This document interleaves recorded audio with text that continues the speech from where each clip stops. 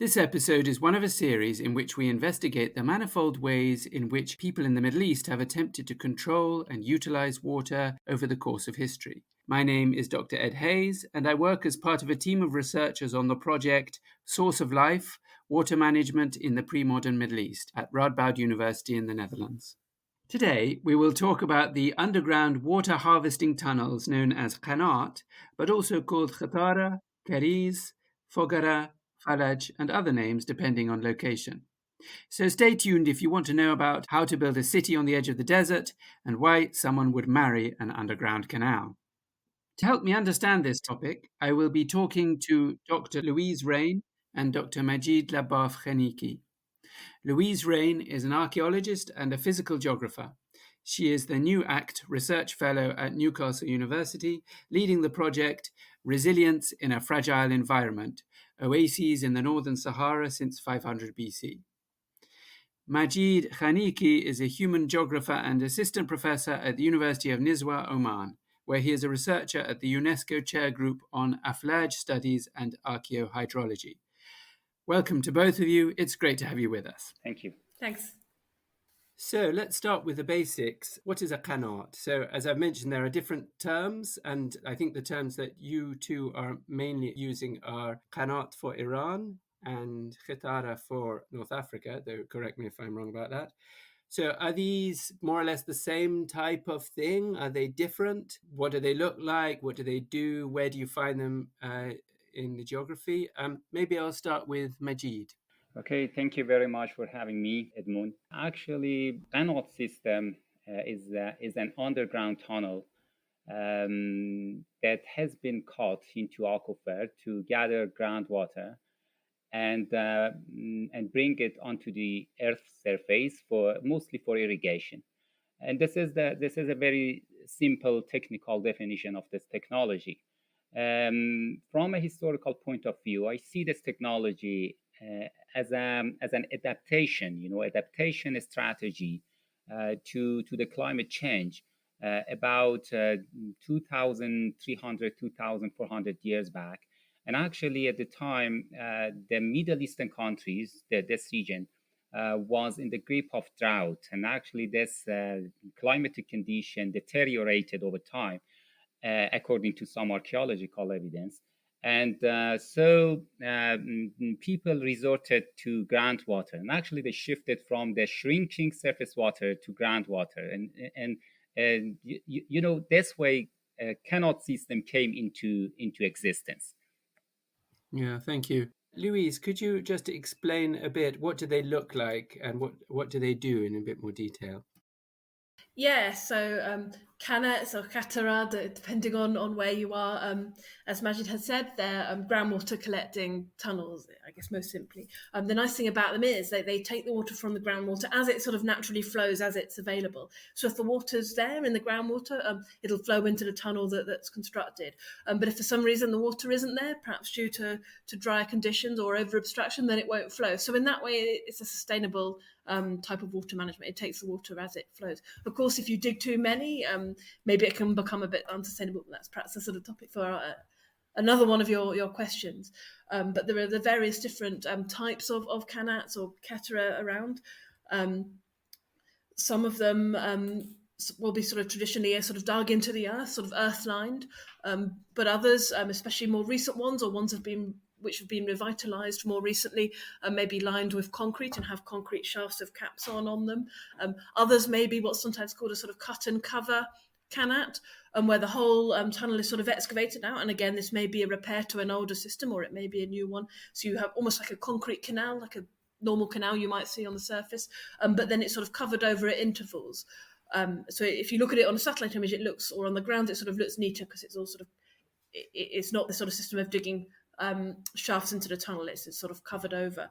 But these are really different features to many other irrigation methods which use surface water, like canal networks. And as such, in a way, they have these features that make them more sustainable. As I say, taking water as it flows, but also reduced losses of water due to evaporation because the channels are covered, so less water is lost lost that way. And they also tap the groundwater, which is really important in places where there's perhaps a lack of surface water for canal-based irrigation or diversion from rivers and streams. And there are lots of oases which are fed mainly by groundwater extraction, where there isn't really, a good source of surface water like a river. I mean, I work in North Africa, mainly in the Northern Sahara. There's really only two sort of proper, major perennial water sources. One is the surface water sources. One is the Nile, and then one is the Dra in Morocco at the other end of the Sahara. Other water sources are much more. Surface water sources are much more seasonal. So many oases in the Northern Sahara are fed by groundwater extraction, traditionally qanāts or khettāras, they're known in Morocco, or foggaras, as they're known in Libya, for example. Thank you. How would they have been constructed? So Majid, you said that these started being constructed around 2,300 years ago. As I understand it, these are quite large, some of them. Can you take me step by step through the process of how these might have been constructed 1,000 years ago, 2,000 years ago? Would you start, so if we're in a fairly arid area, so you work on Iran, and you have a village, perhaps at the foot of a mountain or a hill, would you start from the village and tunnel into the hillside, or would you start in the hillside? Or take us through that process. Okay. Again, from a historical point of view, when this region started to become drier, people shifted, as I told you, people shifted from surface water to groundwater through the technology of qanāt. And so, according to this logic, the primitive qanāt systems actually were sort of natural springs. And when people noticed that the water is dwindling, they managed to dig into those natural springs. And after a while, they had a gallery, and so they had to dig some shaft wells in order to excavate in order to lift out the excavated materials and soil and sand and debris from the tunnel. And little by little, a typical qanāt came into being. And this is the logic. And maybe you ask me, do we have any evidence, historical, archaeological evidence? And yes, actually, we have some textual evidences about this process, and also some archaeological evidences from, for example, from Sialk in Iran and other archaeological sites.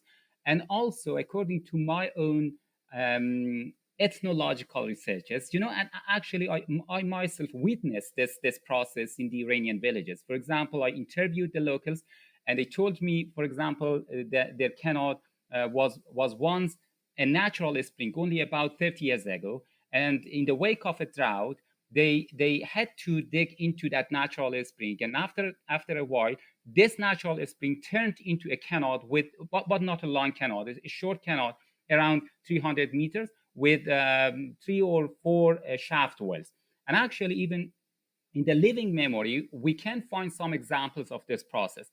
And also some archaeologists, advocate this theory, and they say, yes, around 2,300 to 2,400 years ago, because of climate change on the Iranian plateau, local communities resorted to groundwater this way. But, climate change, when climate change came to the Iranian plateau, the central desert started to expand little by little. And so the ancient communities receded. Actually, they retreated to the mountainous areas around the Iranian plateau. And in the mountainous areas, of course, they had some natural springs, and they used the water coming from those natural springs. But again, climate change intensified, and so they had to dig into the natural springs to build their first canals. You can say primitive canals. And could I just ask a question then? Yes. Could I just ask a question? Just going back to the construction. So you say that they would dig into the springs. So just to clarify, so the spring, I guess, is coming from somewhere above the village, let's say in the hills, and the spring then goes dry, then do they go to where the spring is and dig down vertically into the earth, or is it that they're digging a horizontal tunnel to meet the spring from the village? Yeah. Okay. Good. Yeah. Good question.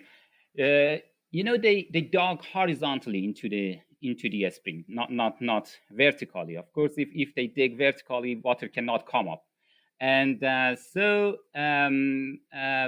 but later, in Iran, you may hear about very long qanāt systems. For example, that the longest qanāt system are located in Iran on the Iranian plateau. For example, qanāt of Zarch. This qanāt of Zarch, Zarch, and this qanāt is on UNESCO World Heritage List with the length of about 75 kilometers. This is amazing. And maybe you think, okay, how those people brought themselves to invest a lot of time, energy, and money in the construction of this giant qanāt system. But the historical people wanted the benefit of a project as soon as possible, so they were not that patient to wait for the qanāt system to be built, for example, over two centuries, 3 centuries. This is not possible.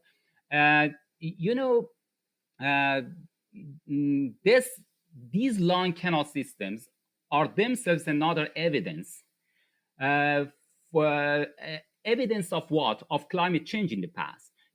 They, in the first place, they dug a qanāt system only with a length of a few 100 meters. And after that, groundwater was shrinking again, and actually was going down. And so they had to follow this groundwater by digging again, by advancing into the aquifer that way. And this way, little by little, their qanāt system became, longer and longer. And for your second question about how a typical qanāt system was constructed, was built from the upstream, from the downstream, and how they started the construction of a qanāt. The last qanāt system, in Iran, at least, as far as I know, was built around 60 years ago. Around 60 or 70 years ago. And after that, no new qanāt was built at all, at least in Iran. And I interviewed the qanāt masters who were involved in that project, and so they remember the whole process. And they told me that to dig a new qanāt, first of all, they have to guess about the depth and even the quality of groundwater before doing anything. And so to do so, they dig some test wells, 1, 2, and sometimes 3 test wells, and just to find out about the depth of groundwater, because they measured the water level from the surface, and also the quality of water. They didn't have any device to measure the quality of water. For example, EC, electric conductivity, or something like that. In the past, it was not possible. And how they tested the quality of groundwater? Actually, they tasted to test it. They taste only, yeah. And so, if water was brackish, for example, they guessed, okay, this water is brackish, but it's still usable for cultivating some crops. For example, pistachio is resistant to brackish water, so it can be used. If the water is salty, okay, they had to forget about this and find another place, because this water is not useful. And so they did, first of all, number 1, they dig test well. When they make sure about the quality and quantity of water, and also about a suitable level, they go down to the downstream, down a slope, and they dig the first well. But the first well shouldn't go into the groundwater. And actually, the bottom of that well would touch the groundwater level, but it doesn't go deep into groundwater. And from the bottom of that well, I mean the second well in the down a few hundred meters downslope from the first well, from the test well. They start digging toward the downslope, toward the exit point of canal. And actually, first of all, they accomplish the water transportation, or you can say water transport section of the canal. What is this? Water transport section of the canal doesn't have any role in producing or gathering groundwater, because it has been built outside the aquifer. But the function of this part of canal is to transfer water from the aquifer down to the ground surface. So they have to accomplish this part of canal. Otherwise, water would build up, and so the workers would be drowned. So it is not possible for them to work. And so, first of all, they should find a way to escape. Actually, they should actually provide a way for water to flow down toward the air surface. And when they accomplish this part of canal, I mean water transport section, when they accomplish this part, they again return to that well, I mean the second well, and then this time they go upward into the aquifer. The more they advance into the aquifer, the more water they can obtain. And so this is, it depends. Maybe you ask me, okay, how many meters they advance into the aquifer? It depends on their budget, of course, manpower, laborers, and also the area of their cultivation. And so, but generally in the Iranian villages, they tend to advance into the aquifer almost every year. Okay. Because of groundwater depletion, because groundwater is going down, and so they have to advance into the aquifer to have at least the same amount of water in their Qanāt system. Yes, and that's interesting. So I think it's number one rule of project management: don't drown your workers. Very good lesson we can derive. Louise, does this sound familiar to you? Is this the same kind of thing going on in Morocco? Or you again work, of course, with some historical information, but also you're right there in the villages where this is going on. So what have you seen? Yeah, I mean, that's a good point. An interesting point you made about the risk of getting drowned, because of course, being a Qanāt digger is actually a pretty dangerous job to do, but also a specialist job, and in quite a few different regions where Qanāts, where there are Qanāts, there will be specialists or that have traditionally been specialists in this. However, one of the problems nowadays is, that's a difficult and dangerous job. It's also seen perhaps as a sort of older fashioned thing, and young people have opportunities now that just didn't exist in the world, in the early days of Qanāts. So there's a lot of, for example, in Morocco, a lot of migration out of the oasis away to the cities. And there's areas where sort of 60% of income is relying on remittances from the city. So the agricultural economy is really affected by this. And of course, it means that the traditional knowledge of the specialist knowledge of how to build and how to maintain Qanāts can be lost. And this is one of the real challenges for Qanāts in the future. But I wanted to also say, from thinking from a sort of archaeological as well as a perspective of sort of looking at a lot of satellite images of Qanāts or khettāra, is sort of almost what they might look like if you, perhaps if maybe all our listeners are people who are really into water management and Qanāts, or maybe they're new to them. Maybe this is the first time they've got into Qanāts. But if you went to walk around a place where there are Qanāts on the ground, you wouldn't see the tunnel necessarily underneath, depending on where you were in the system, but you would see lots of little sort of mounds of spoil or soil, which is the top of the Qanāt shafts, where people go down into the tunnel to dig it, to remove spoil, and to maintain it and access it. And you might see an open hole that if you're not careful, you could fall into if you're walking around. Whereas we found you walk too close, a rock falls in off your foot, and pigeons immediately fly out squawking because you didn't realise they were there, and then you nearly fall in. Or you might see lots of little concrete caps to those with sort of metal sort of access shafts on them, and you'll see this in a nice long line, and you could walk along that line. And if you keep walking along it, which is a very fun thing to do, I highly recommend it if you're in a nice oasis, is to find a qanāt and just follow it from the top end of the system, which is often called the mother well, along the transport of the system, as Majid has just described, and to the outlet where the water sort of comes out of the ground, and you'll see the mouth of the tunnel, the water gently flowing from it. You may see some nice frogs in it if it's a nice healthy healthy qanāt, and then it'll come out into the oasis. And there's a system, depending on where you are, of where the water goes when it comes out of the outlet there, and then you can walk along and follow it through the villages and through the oasis, through the fields, as the canals divert and divert. And of course, you've got your qanāt part of the system, your tunnel, and then it turns into the open canal systems part of the qanāt. I mean, in Morocco, these are traditionally called sagir, and this is just sort of branching network of canals. So that's what you might see. But if you look at a satellite image, you'll see something as well. And you'll see this sort of nice line of dots, lots of lines of dots that show up very clearly on lots of satellite images. So it's, again, another fun thing to do is to sit and look at Google Earth, perhaps for an area you're interested in, and look for qanāts, and you can see them all there as nice lines of dots.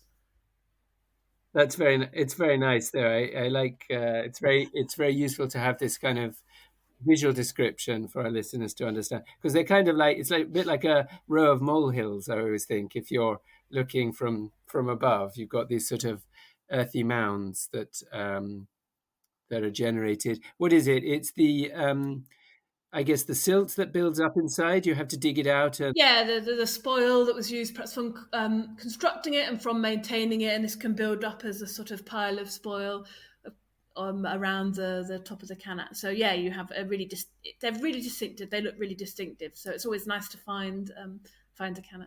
Yeah, and then when you come at the entrance, it's lovely cold water, I guess, from coming straight out of the hillside. Yeah. Well, so while we're talking about maintenance, could you just, and the sort of labour aspect, Louise, maybe could you just say a little bit more about that aspect? Like how are these things maintained? Is it also quite specialised work, or is it just someone from the village who goes out and digs them out? What does that involve? Yeah, I mean, there's lots of specialised traditional knowledge around not just how qanāts are constructed, but also how they're maintained, and also how water is allocated. Because of course, if you have a qanāt, you're probably in quite an arid or semi-arid area, so water is quite scarce and does need careful management. But exactly how that happens is going to depend on where in the world your qanāt is. In Morocco, the qanāts are part of oases. I should say something about oases, perhaps maybe now is a good time to say it, is that these are generally feeding oases, which are really interesting and unique environments in themselves. And people, again, often, you think of oasis and people might think a sort of palm tree in the desert or something just sitting there naturally on its own. But, in general, these are human-made environments, and often made due to qanāts. The qanāts have facilitated the creation of the oasis because water is brought to an otherwise dry place, or brought to the surface where it might have been just in the aquifer, or a spring is modified to allow water to be distributed more widely. And you plant in your oasis a layer of palm trees. And palms, they can be a little bit more perhaps tolerant of some conditions, hot temperatures, but also sun, and also slightly more saline conditions than some other crops, perhaps. And you plant your layer of nice tall palms, your date palms. Of course, dates are a really important crop, but then they almost create a bit of shade, almost a bit of microclimate where things can be a bit shadier and reduce evaporation, trap some moisture perhaps, and then you can plant a nice layer of fruit trees underneath, things like sort of apples and things like that, under your palms. And then under that, they create even more of a microclimate, and you can plant other crops, sort of ground level crops, even sometimes cereals, but all lots of vegetables and herbs. And it creates a lovely lush environment, quite shady with sort of dappled sunlight, but also a really productive and really unique environment with its own sort of agricultural biodiversity. And as such, increasingly oases are seen as a sort of a cultural heritage landscape, as well as a productive landscape to be, as well as a biodiverse landscape to be protected. But yeah, I mean, and often this is facilitated by the qanāts, which, as we say, are quite difficult to maintain. So, for example, in Morocco, you have water user associations in the oasis, so often associated with a village or a group of villages in the oasis, or with a whole oasis. and there'll be a sort of council as part of that in Morocco. In this area, it's in southern Morocco. It's known as the Gemma, and that'll be a council of sort of farmers or elders there in the oasis, and they determine how water can be allocated fairly so that people get their access to water. And also they sort of drive the sort of maintenance. So they'll be responsible for raising funds for that maintenance, but also hiring people to come in and do that work when it's needed. Water allocation is a really interesting topic in itself because you can, in some places, including Morocco, you can own or rent your share of water. And that'll often be a timeshare, so you'll get your 40 minutes a day or however many hours per every few days and so on. And that's one of the roles of the Gemma, is to sort of, make sure that happens, that people get their time. And the sluices will be opened according to when is your time slot in the oasis. And of course that can work really sustainably because water is distributed fairly. You stop someone at the top upstream oasis, taking all the water, so someone downstream can still have some water. There are some quite complex rules around sort of the inheritance, though, of these rights, and that can fragment them. And that in itself can lead to desertification. If the rights get fragmented between too many people, it maybe becomes a bit uneconomical, perhaps in some cases. It can be the case in particularly arid areas. Thank you. That's fascinating. Yeah. So just to clarify, that in these sluices, then what do they look like? Is that like some kind of a gate, or is it more like a dam or a bit of earth? Yeah, and it depends. So in a very traditional system, that's simply a bund of earth, just earth that you've taken a tool, some kind of hoe or stick, and you've pushed it up. Think about if you're moving earth around and there's water around, if you sort of squidge that earth together, then it sort of stops the water from getting across. So that it's really quick to then just move that back if your time slot is finished, but also just to move it aside when it's time for your time slot, and then the water flows. In some cases, in perhaps more modern systems that have been constructed more recently or have been revitalised more recently, there may be a sort of concrete wall there and a sort of metal sluice gate that you can lift up to let water come through. I mean, I know there's a lot of interest nowadays in things like sort of smart agriculture, where everything is controlled remotely by a computer and the sluices lift by computer. But this doesn't need to be the case, and this is not the case with sort of traditional oasis agriculture. Someone will come and move that sluice, whether it's an earth sluice or a metal gate, sluice gate. Whether this sort of smart agriculture thing is actually a useful approach in the future, in some places it works, and maybe it can work in more places in the future. Yeah, and I'm interested in this question about the Jama'ah, so this control of a local collectivity who sort out the organization of the water supply for themselves. Majid, turning to you and asking more about the historical information that you've sort of processed in your research.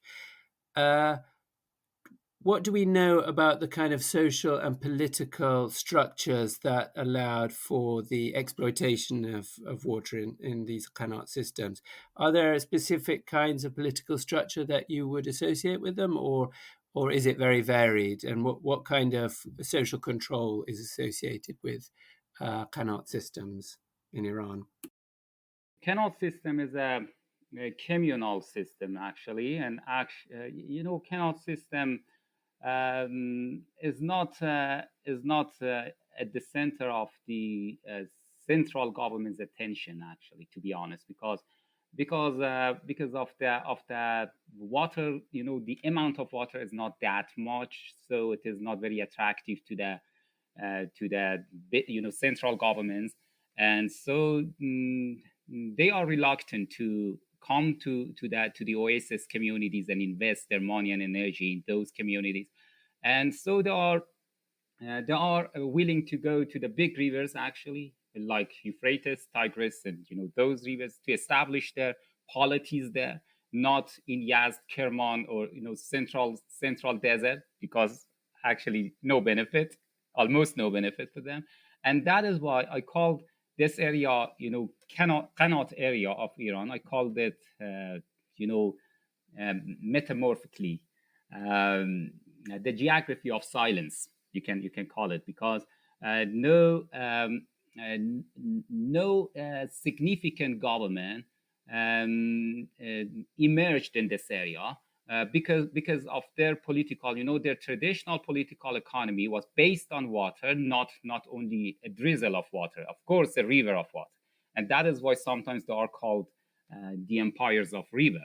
And so they tend to go to the banks of big rivers in order to establish their hydraulic political system.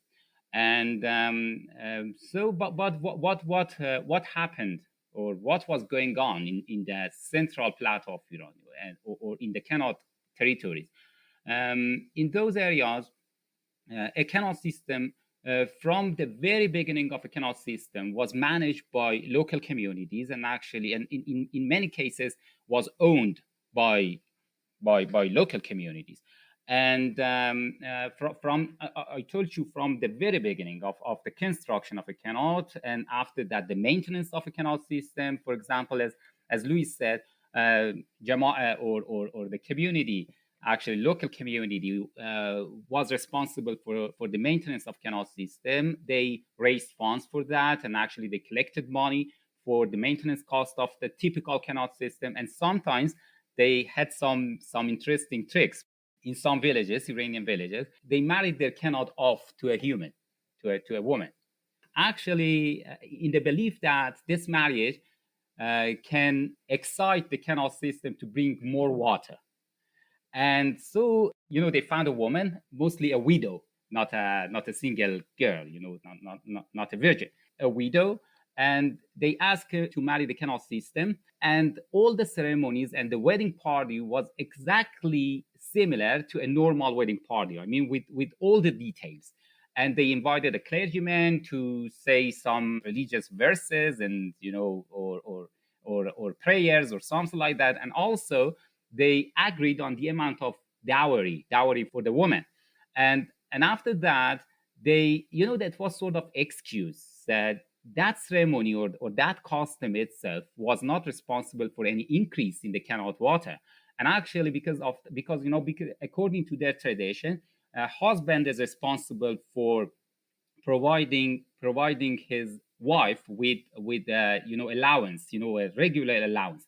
But this husband was not a human, and so it was not able to go to the job and to make money and come back home with a sack of money, or it was not possible.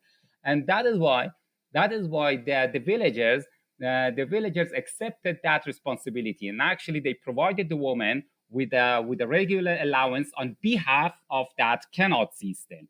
And this way they could collect a considerable amount of money. Of course, a part of that money went to that woman, to the Qanāt's wife, and the rest, and actually the larger portion, was spent on the maintenance of Qanāt system. Look, this is a very good example of the, everything was at the service of Qanāt maintenance, even their customs, their beliefs, their traditions, everything, and even their religion. I can tell you lots of examples. And so, and about the political economy of Qanāt system, of course, there were some local governments, local political systems in the desert areas, not only in Iran, but also in Oman, for example. Now I'm studying those political systems here based on Qanāt system. But to be honest, you cannot say that those systems were actually based on Qanāt system. And actually, they were based on the lack of water, not the presence of water, lack of water. Actually, Qanāt system drove them to invent another type of water. It is called virtual water. This is not real water. Virtual water. What it means? It means that, for example, when you go to a supermarket and if you buy 1 kilo of wheat, for example, the production of 1 kilo of wheat, the grains, consumed around 300 liters of water. When you go to the supermarket and bring 1 kilo of wheat, it means that you brought 300 liters of water home. So it is called virtual water. So in the desert areas, because of water shortage, they couldn't count on their Qanāt system, because Qanāt system had two problems or two challenges. The first one, the amount of water the amount of water was not that much, and actually, so they couldn't expand their cultivated areas. In another word, you can say that their water, their available water, could be increased through extending the end of their gallery into the aquifer. So I told you that year by year they went down and they dug the end of their gallery into the aquifer to actually provide more water, to produce more water. And actually this is one technique, but actually this water increased arithmetically, but their population increased exponentially. So Qanāt system had two challenges. The first one was the amount of water. So they couldn't increase it to a considerable amount, to a considerable extent. And another problem was fluctuation. Fluctuation of water was a big challenge for them because of the intermittent droughts in that region. Sometimes they had enough precipitation, and when they had enough rainfall, they had enough water in the Qanāt gallery. Otherwise, the Qanāt galleries, the water was dwindling, and so they couldn't count on the amount of water coming out from a Qanāt system. And because of this problem, they developed some local industries in that area. And that is why handicrafts and some industries are very famous, even globally famous. For example, Persian carpet came from the Iranian desert, not from the surrounding.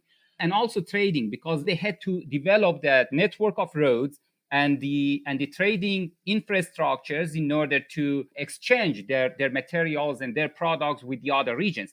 And this way they could build up some capital. They had accumulation of capital this way, and the local polities and the local political systems were mostly based on the local industries, not Qanāt system themselves. Thank you. I just wanted to ask one follow-up, Majid, and then I want to turn to Louise to talk about sort of methods, research methods. But I was interested in what you were saying about these kind of zone of silence, and the idea that these are not huge states as you would find in Mesopotamia, where you have very big rivers that contain very large population figures. So is there then a problem with historical sources? And what so thinking about the medieval period, you've been saying there these you have medieval towns in the Iranian plateau that develop these trading networks and this kind of thing. So what period are we talking about? And then what kind of sources are we talking about? How can we know about what's going on if we don't have large-scale patronage, big history, rich history writers getting paid by central government? Yes, most of our historical sources come from the around the 10th century AD. But before, I'm talking about the central Iran. I mean the territory of Qanāt system, central Iran. But before that time, unfortunately, we are sort of bereft of reliable historical textual documents, and most of our evidence come from the archaeological excavations and archaeological surveys, but not from textual documents. Textual documents. After around the Mongol invasion, we have a rise in the textual documents. And for example, if you talk about Yazd, because Yazd, you can say that's the capital city of the Qanāt territory or Qanāt civilization, and most of the textual documents come from 13th century, the 14th century, something like that. Those documents are local histories, like the book written by Jafari, The History of Yazd. That's a very good source, and you can see lots of mentions of Qanāt systems and the role of Qanāt systems in their socio-economic and also political structures and processes. Thank you. So turning to Louise, what are the research methodologies that you use in your project to understand Qanāt systems? Yeah, so I guess my main research methods are both archaeological survey, a little bit of archaeological excavation, and also remote sensing, so using satellite imagery. Because water management systems, as we've already discussed, can be quite large systems with many different parts to them. The abstraction point, the transport of the water, then branching canal systems, the fields, which make up the whole sort of irrigated oasis system. So satellite imagery gives us that bird's eye view to allow us to map those in detail. When you're in there on the ground, it can be quite hard to untangle that pattern. So that bird's eye view is quite useful. So in my case, we do a lot of work with different types of satellite imagery, some high resolution images, which allow us to see the finer details. So some of the high resolution data, for example, each pixels, when you zoom into a digital image and you see the little squares that it's made of, those are the pixels. Each of those pixels on those high res images can be, even as high resolution as, say, 30 centimeters. So you're going to see your qanāt system and your canals, other archaeological features as well, maybe on those satellite images.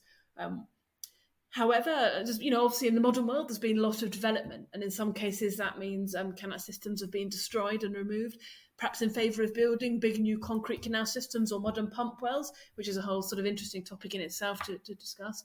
But we also use historical satellite and aerial data. For example, we use a lot in archaeology in the Middle East and North Africa of declassified Cold War spy images. They've got different names, such as corona or a hexagon, depending on the satellite program. And these date back to the sort of 60s, 70s and 80s. Because a lot of modern developments in agriculture happen sort of around the sort of 80s and a bit later. Often those images capture the traditional oasis construction or layout a bit before sort of modern changes have changed it, or a little bit before perhaps some of the modern issues associated with climate change and development have changed it. So we use those, and those are also quite high resolution, although they're just black and white. There's also other things we can do with modern satellite imagery, which captures many different wavelengths of light to automatically detect, for example, changes in oases, but also detect different types of soils, different features, where we can show where the former oasis fields are, but also to automatically recognise where the qanāt tunnels are, based on that pattern of dots as they show up. And machine learning algorithms we can use to map those. So there's lots of different technologies we can use for studying qanāts. But also, of course, archaeological research. A big problem in the sort of archaeology of water management is that often the systems themselves are poorly dated. I mean, we're talking about the medieval period. But I think of water systems, sometimes it can be a bit difficult to think about those as just a medieval feature, or, just an Iron Age feature, something like that. Because often there's going to be an optimum location in the landscape for your water management, based on gravity flow. So canal systems can often be redug, fall into disrepair, then another one will be redug in the same place, or someone might come and sort of revitalise it with sort of concrete shafts, things like that. So these can have a really long and complex history. But often dating has not focused on these. It's focused on settlement sites, monuments, burials and things like this. So an awful lot of ancient or traditional water systems are dated based on either historical sources, which in some places can be helpful, in other cases there may not be some sources that really help with those particular locations, but also by association with other archaeological features. But increasingly people are getting interested in scientific dating of water management.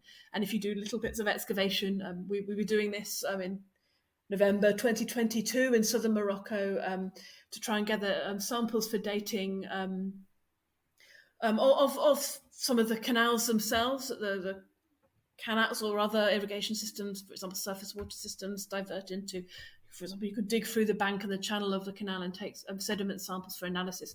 And we've done that in Iraq as well, in fact, with a project we're collaborating with some of your colleagues there, taking OSL samples and radiocarbon samples from the fill of the channels. And this is something we need to do more in archaeology, in the archaeology of water management, is do this scientific dating, not just of the associated kind of settlements and things like that, but of the water management system themselves. Because I think a lot of these are going to have some quite interesting and complex chronologies, some of them with quite long stories of sort of construction and revitalisation. It would be really good to understand this with more scientific dating. So for your project in Morocco, what kind of sense do you have for the longevity of these systems? So you're looking at a string of oases to the south of the Atlas Mountains, right? Just north of the Sahara or in the Sahara? Yeah. So there's lots of oases in southern Morocco, south of the Atlas Mountains, and in between where the anti-Atlas Mountains are as well. And this is really sort of right on the edge of the Sahara. Of course, there's oases going into various parts of the Sahara as well. And these are really interesting and very sort of dynamic places with long sort of histories of use. When we talk about qanāts, they may be a bit later than some of the qanāts, for example, we've got in the Middle East, so perhaps medieval or post-medieval. For example, we have some oases in Morocco where we know from archaeology, but also historical analysis. For example, the Taflaouta oasis around the city of Sijil Massa.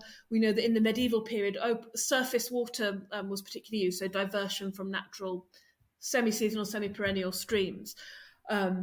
Later on, this seems to have changed, and more qanāts were brought in. This may be due to some sort of climatic fluctuations, for example, something called the medieval climate anomaly, where conditions were sort of drier. So, in fact, just as Majid was saying, for earlier periods in his study areas, you might think if there's a drought or there are dry conditions, you're just going to give up irrigating, let that oasis die and move on somewhere else. That's it, the oasis is gone. But in fact, sometimes those sorts of conditions can be inspiration to people to invest in irrigation and dig some qanāts or dig some canal systems.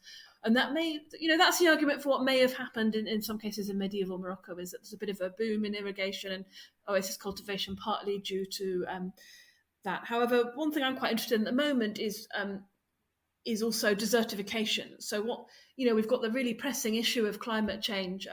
For example, in North Africa, that's causing winters to be a bit hotter and drier, also more variable and reduced rainfall, and a sort of perhaps not enough snow melt from the snow falling and melting from the Anti-Atlas to recharge the groundwater, recharge the aquifers. And this is really threatening the survival of oases, alongside modern pressures such as really demands on water resources. So people are digging many pump wells, which also deplete the water a lot more quickly than a qanāt can. And you can build on an individual basis. You don't need this sort of community-based system.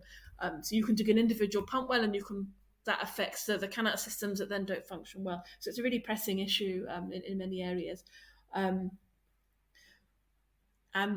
especially with sort of reduced precipitation.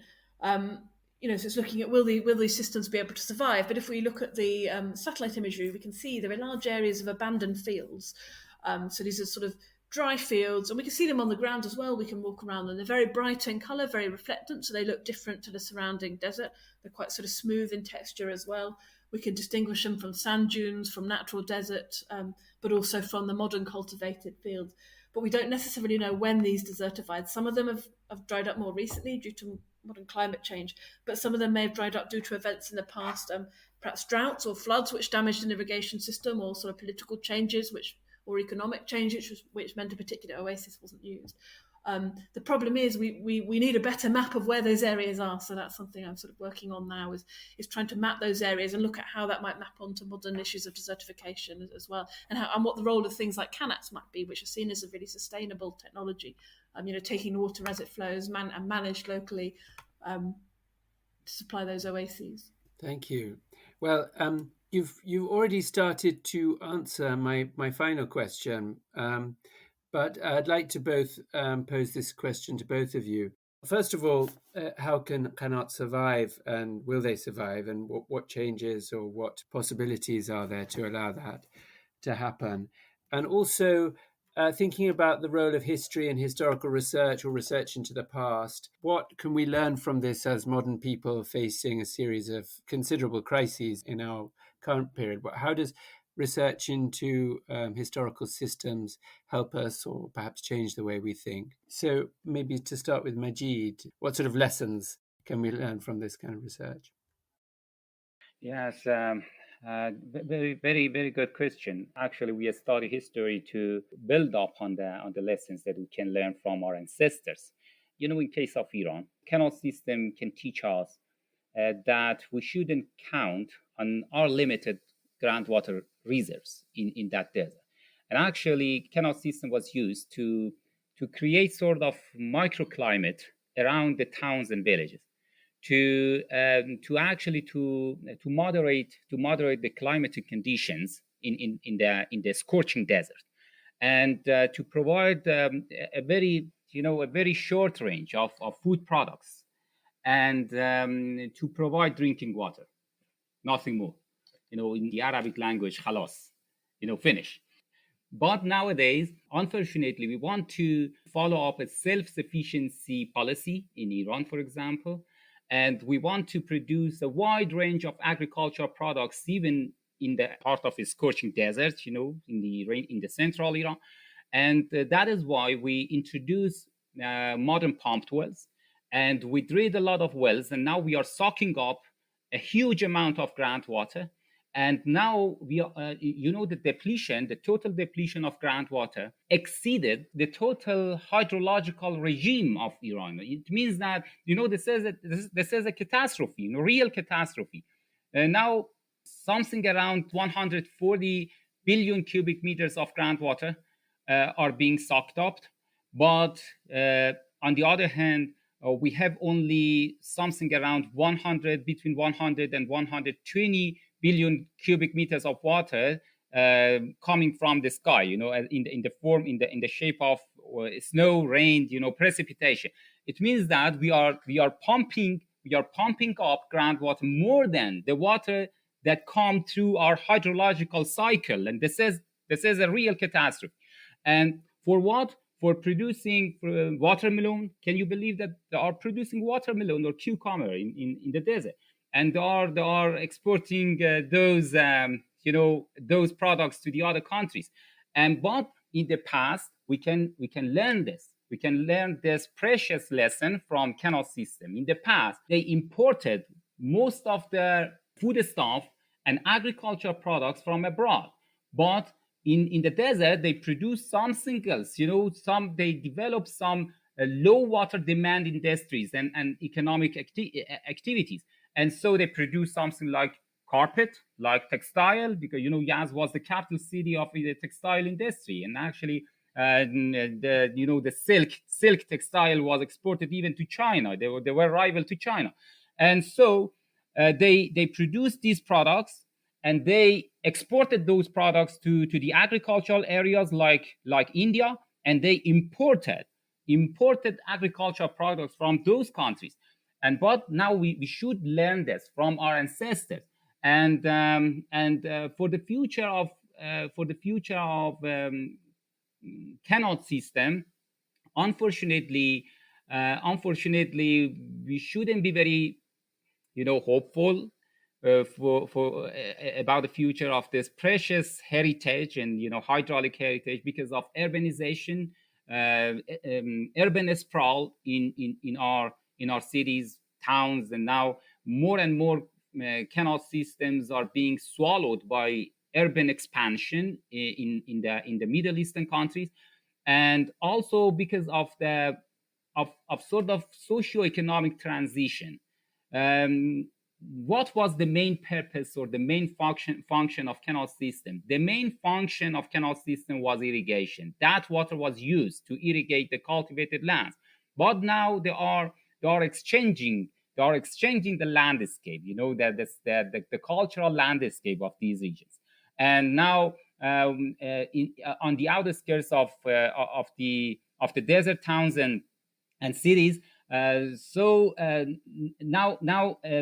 buildings, modern buildings are mushrooming actually, and they are taking the place of the cultivated land. So what is the purpose, and what's the sense and point in preserving and maintaining the Qanāt system? For what purpose? Because you don't have any farm, any orchards, any cultivated lands to use the water. That's a big tragedy, because now we are losing a big part. We are actually losing a golden page of our history book. Thank you very much. Louise, could you just explain a bit about sort of the lessons of historical research, and also your vision for the future and thinking about sustainability? Yeah, so as Majid says, in a way it's very pessimistic, right? Especially with the challenge caused by climate change. If groundwater, if there's reduced access to groundwater due to sort of reduced recharge of that, and all the pump wells and things as well, then is there any point trying to preserve traditional oases, because that they're going to go out of use, they're going to desertify. However, we can see that some of these places have lasted for thousands of years, some of these oases, using these traditional water management techniques like Qanāts, whereas others, which also use Qanāts, have at some point gone out of use. And some of them have gone out of use more recently due to modern climate change, but some of them have gone out of use due to various causes or unknown causes in the past as well. If we could understand why they either survived or didn't survive, maybe we could learn something about adaptation to challenges, and perhaps that could translate into adaptation to climate change. I think one point worth making is that in sort of recent official climate change literature, for example, the 5th and 6th IPCC reports on climate change, the sort of value of traditional and indigenous knowledge is recognised, and that obviously includes things like qanāts. And we were able to feed this into a COP27 report which was in Egypt last autumn. So there's a line about qanāts there in one of the policy briefings. That, but if you talk to modern irrigation engineers, for example, modern irrigation engineers, they'll be very focused on the current and future situation. So the concrete canal system that was built last year, and the plans for the sort of new large-scale irrigation systems. However, those systems are not there necessarily in a vacuum. Many of them are in the same locations that were also optimum for irrigation in the past. And there's been a long tradition of irrigated cultivation in that past. So we really need to understand the long-term processes that develop that place as a cultivated environment, but also what might have caused it to fail.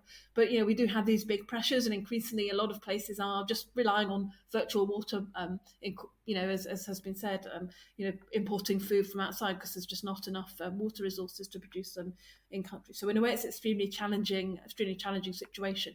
Possibly, if policy could really work towards controlling things like pump wells, that's one thing that can be done. For example, there are some places in southern Morocco where the whole environment can be carefully managed, and that includes rules around digging pump wells, but also really careful management of the aquifer and how water feeds into it. So little dams along seasonal wadis that do divert water sort of into an area where it goes into the to feed the water table, which then feeds the qanāt networks, the khettāra networks. So there are, with really sort of careful management, there are maybe some ways which systems can adapt or continue to survive for longer, despite this really sort of challenging modern situation. Thank you very much. Well, I think you've both proven that one of the important things is just to understand what's going on and what has gone on. And so I'd like to thank you very much for your research and also for sharing it with us today. It's been a really enlightening conversation. Yeah, thank you very much. Thank you. Thanks very much. It's been really nice to talk about qanāts for an hour. That's all from us now. Thanks for listening.